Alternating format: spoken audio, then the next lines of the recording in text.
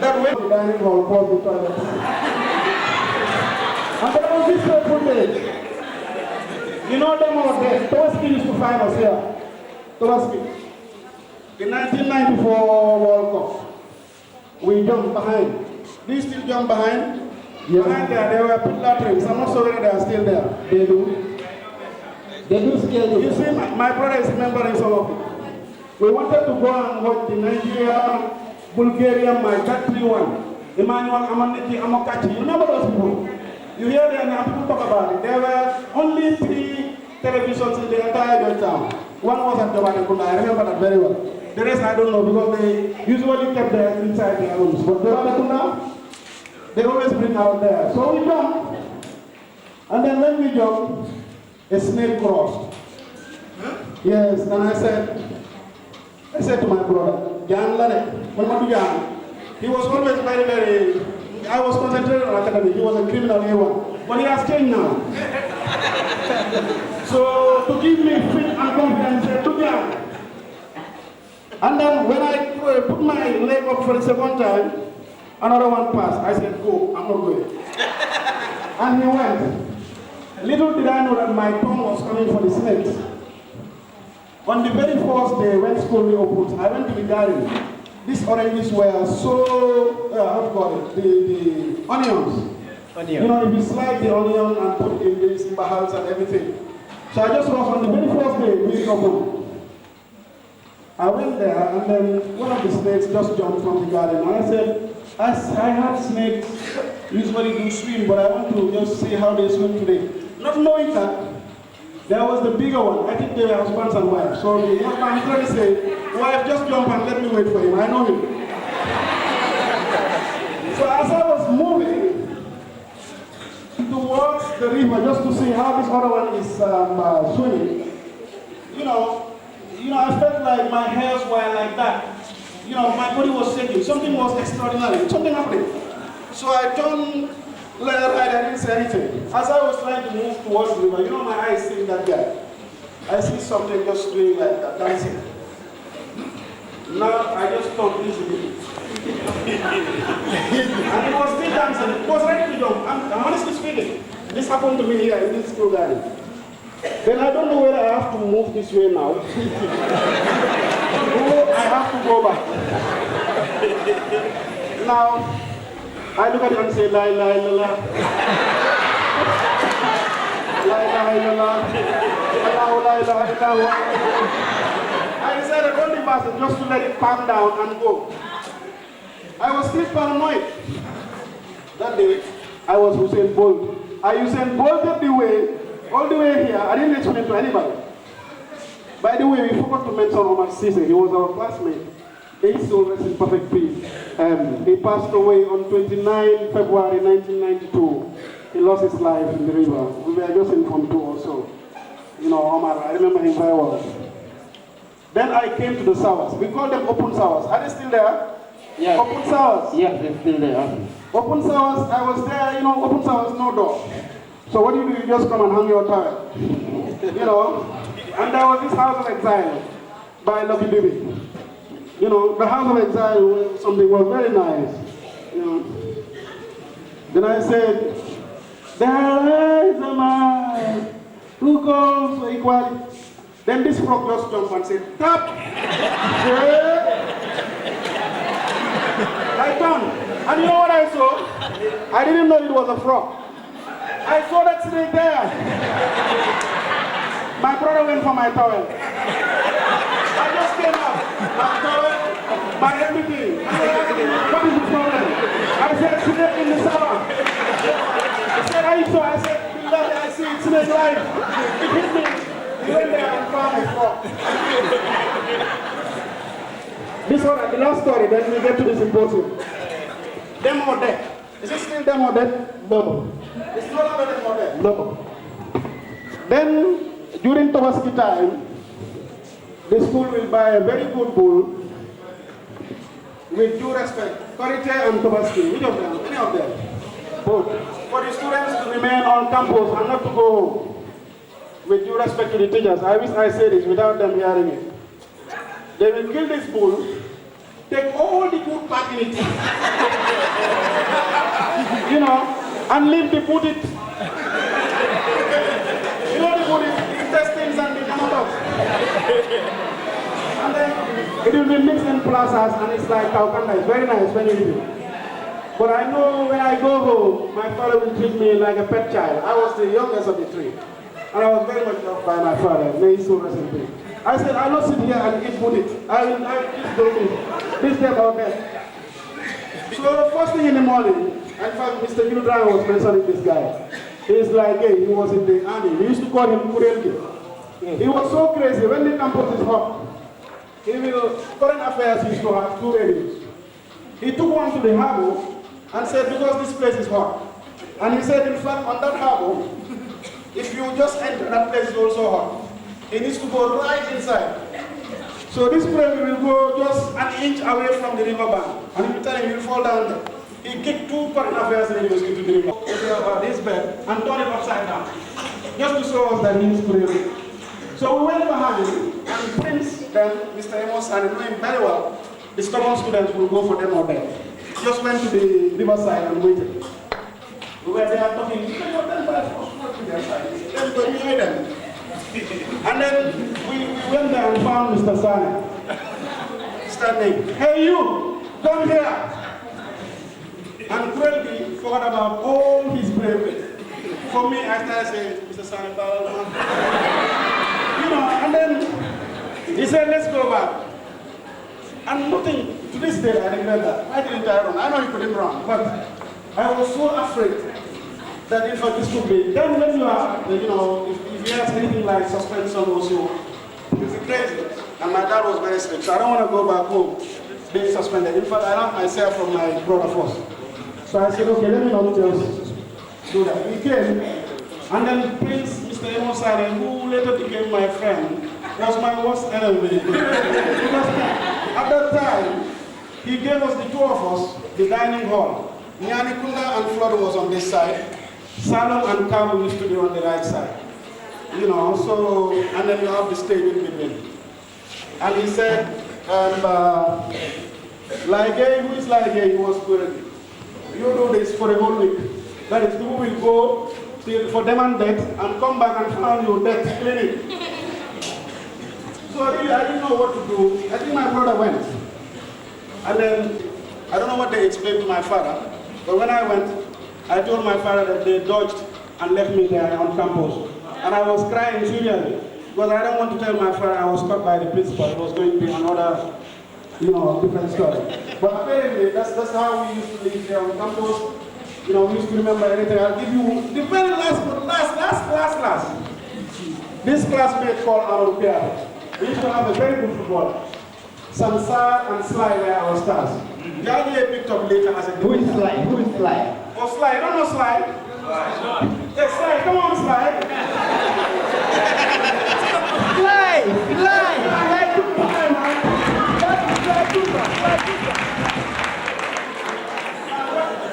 What Sam used to do, Sam used to take the ball from the post here. We gather everybody and go and score to the other end. So Amadou got over ambitious and thought he could do it. So to show his skill, he knows he cannot get out from post to post. But he thought the ball of this height, he could do a bicycle kick.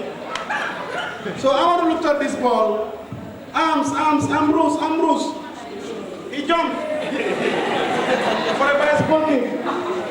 We didn't realize that Amadou sent it. And you know, I don't speak Namibian very well. So I came and he said, Kuenteo.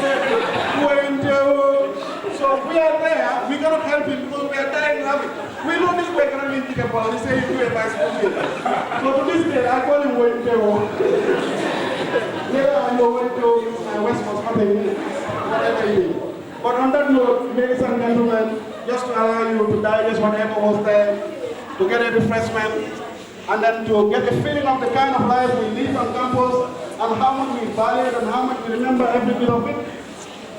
You know, little as we are when we started. You know this collection from Martin Luther, that he, not the first badge of Armitage, not the last, not the maximum, not the most outstanding, but little as we are, we hope one fine day, this initiation that we do here will grow up to a very, very, very big event that all of you in your capacities will come back and say, this started as a little way, as America never thought a black president would be there. We hope we can move this to the highest attainable level, where all of you will have a reunion, a comeback day to Armitage, and then we make it so grand in style, we make it so big that the entire nation will be jealous. I left here and came to Gambia High and did my sixth form. I never see myself as an ex-student of Gambia High School. I always tell the principal, Mr. Seymour, when he comes and said, you the ex-student, I said, hang on, I'm from Armitage. It's because Armitage doesn't have a sixth form. You were privileged to admit me, privileged to get me. So I'm not a member of that ex-student. And therefore, we hope, give it applause, all of you will definitely be inspired by this action going forward. I have taken so much of the time to allow the food to really digest. I'll call on the first speaker tonight, Mr. Hasum Sise, to talk to you about the history of Armitage High School since 1927. Good evening. Good evening, my friend. To my senior here, the principal, Mr. Keta, I want to start by thanking you. Some of us are happy that he is here, like my friend Papu just said. And we have realized that already he's scoring results for the school. I read in the newspaper the results for this year's grade 12. And really they were impressed.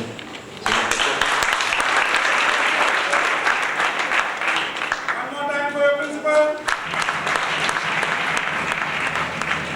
One more time for yourself. To you and your staff, I want to congratulate you and to thank you and to tell you keep it up.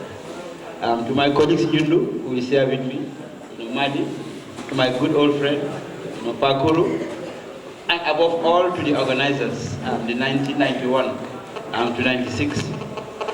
I really am very happy. When they told me this almost a month ago, Amar will tell you, I immediately said yes, I was going to come. But I have very fond memories of this group because I came back to the school in 1991 after I finished the teacher training college. So they were new, but I also was new. And really we made a very, very good team. And that's why still now, in fact, 20-something years, I was telling one of the the former students, and now and then I look at my old MacBook, which I still keep, where I used to keep their marks. You see? I keep it. Now and then when I hear some of them, when I hear the names, I go look at the MacBook, what they scored in geography. Historian. I'll keep that for a very long time. Yeah.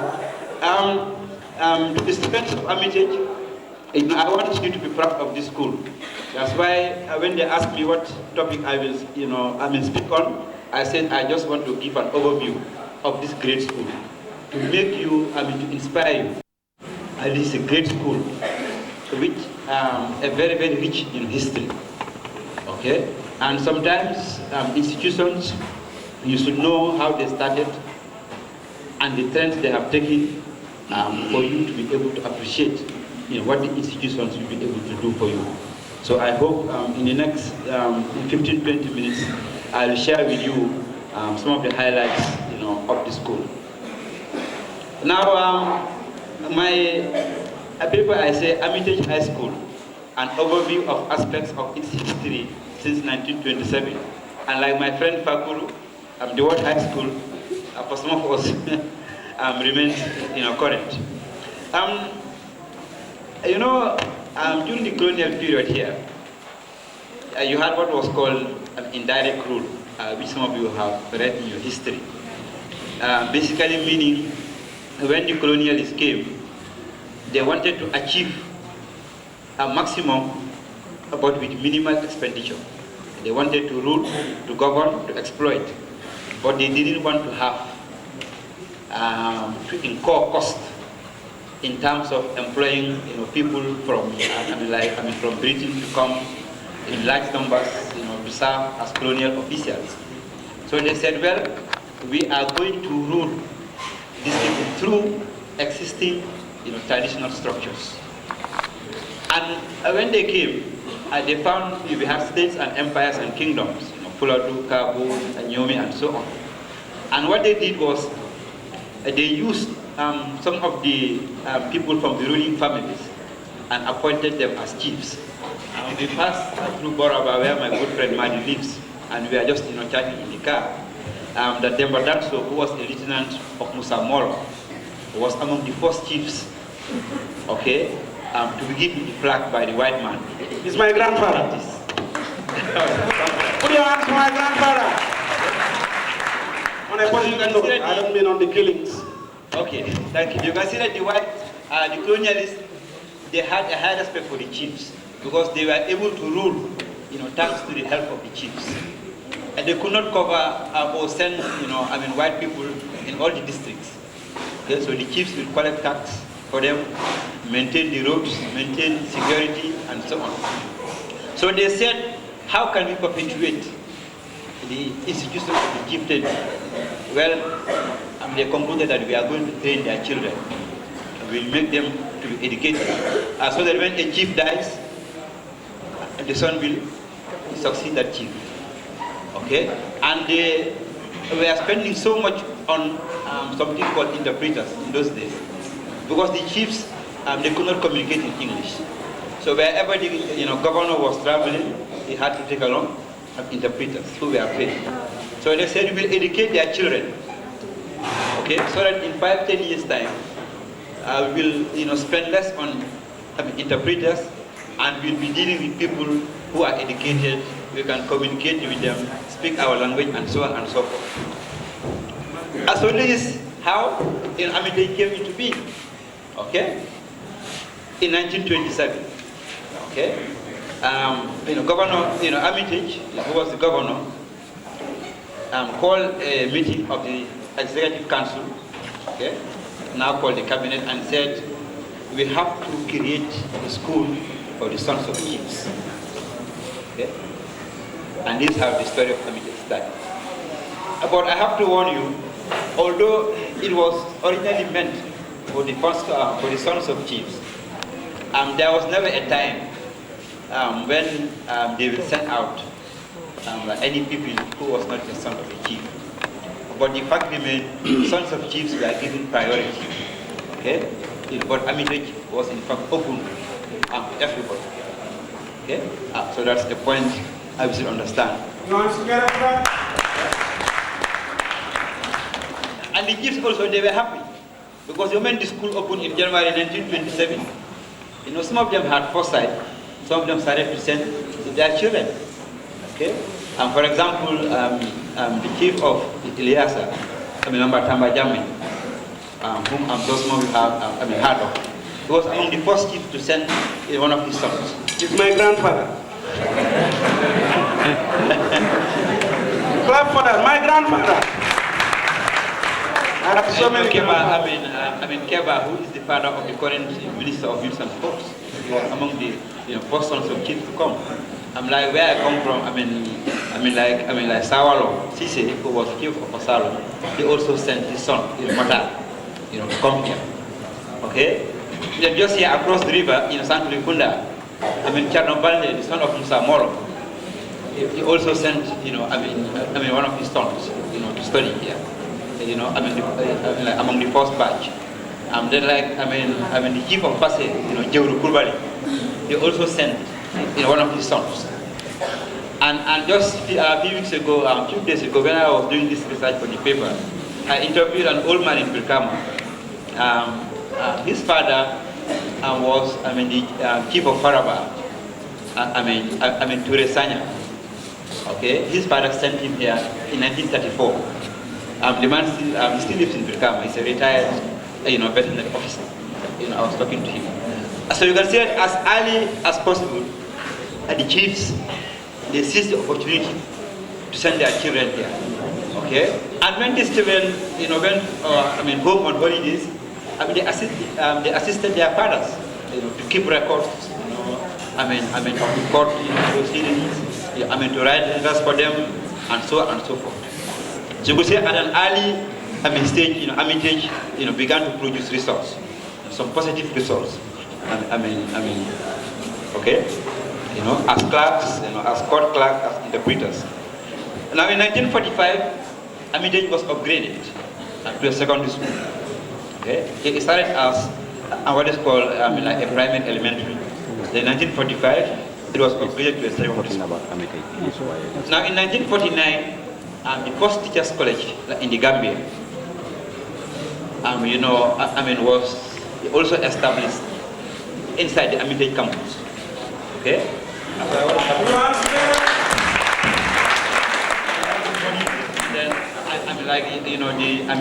Then boarding students. It reminds me is like in 49 also, you had a teacher training part and then the school proper.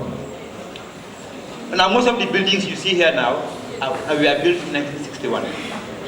Okay. Now in that year, then the education minister, Sir Dauda, he spearheaded a major, transformation of school infrastructure. And by 1961, most of the current buildings, all the schools were established, were completed, in 1961. Now when the school was, established in 27, you had the houses, okay, which are called kundas. And somebody asked me, the original names, were all of white people. So some of you heard of Maclean, Kunda, Hamlin, Saunders, and Gray. Now who was Maclean? McLean. And now Maclean McLean is now Fuladu. Okay. McLean is Fuladu. Who are those in Fuladu Kunda? Yeah. Hey, Fuladu. Yeah. It's now Maclean Kunda, which is now Nyani Kunda. In the first colonial school was named after Sir Armitage, who was the governor. Okay? Now, they had the four houses, and they named house after, one of the Europeans, and the senior European officials, who were doing certain work in various parts of the country. So the most important of them was, Major R.W. Maclean. Now he was the traveling commissioner for the whole of, the North Bank. Then Gambia had only two commissioners, traveling commissioner North and traveling commissioner South Bank. Who are from North Bank? Who are those from North Bank? Nobody from North Bank. Those from South Bank. Nobody from South Bank. Some of you are not from North, you are not from South. You are from nowhere. Right? Now, North Bank really meant something, anything from Bara to, Patoto. And South Bank, anything from, Brikama to, Basi. So Maclean was the, traveling commissioner, during 1927, when the school was established. And he played a big role in the establishment of the school. In fact, he was the one who wrote the memo to Governor, Armitage, that the school should be established, in Georgetown, for the sons of chiefs. And because of this, one of the houses, was named after him. Okay? Can we have some silence, please?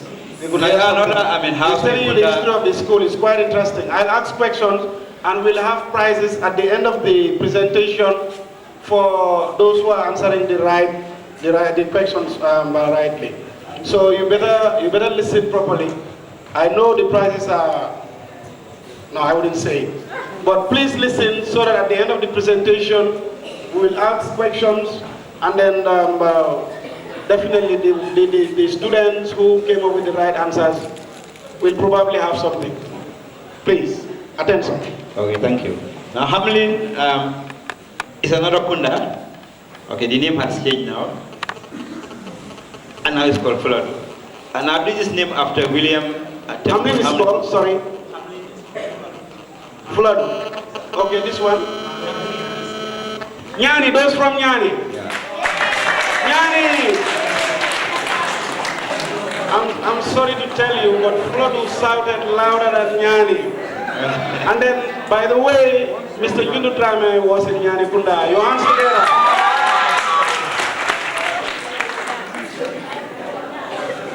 Yeah, he was the inspector of schools. I mean, for the Gambia. At the timing, at the founding of Armitage, we had inspector of schools. The European who was responsible. Okay, so he also played a significant role in the establishment of Armitage, and because of that, Ekunda was named after him, William Temple Hamlin. Now you have another house called Saunders, S-A-U-N-D-E-R-S. Saunders. Yeah, in a principal.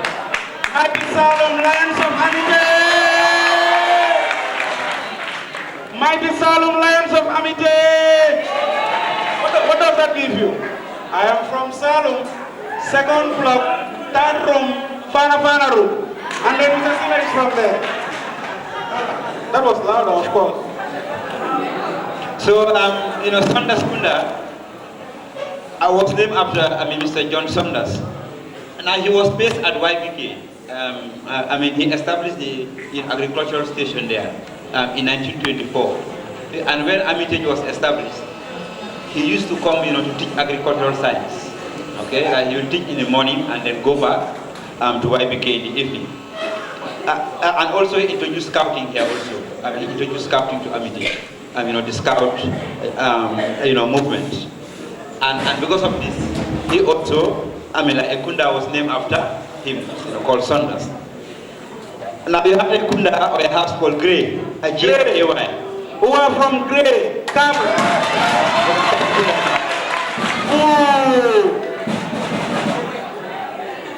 Now,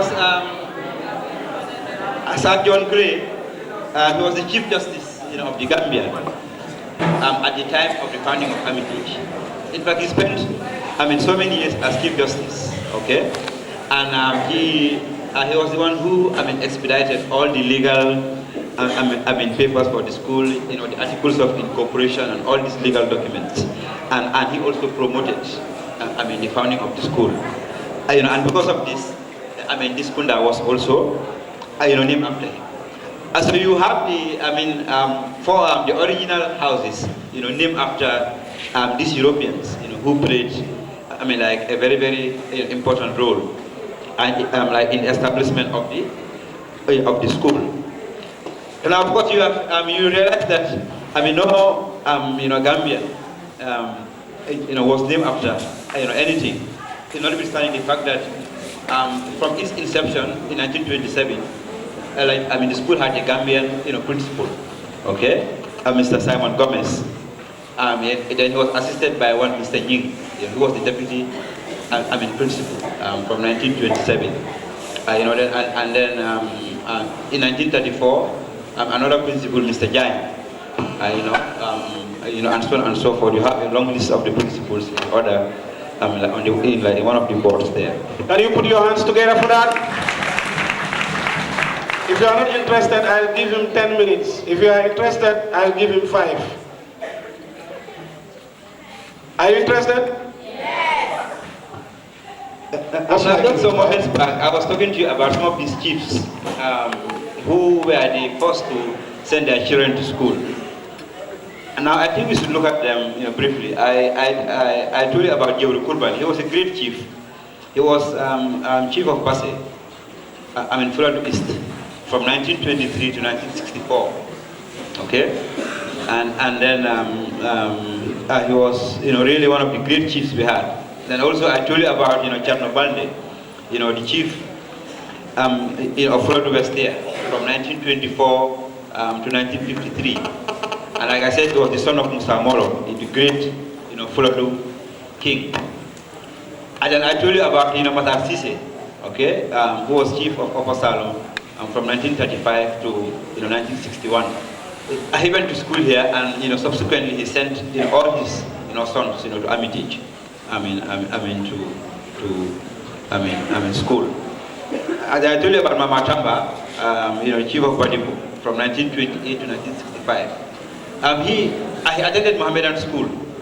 Okay, so he was one of the few educated chiefs, before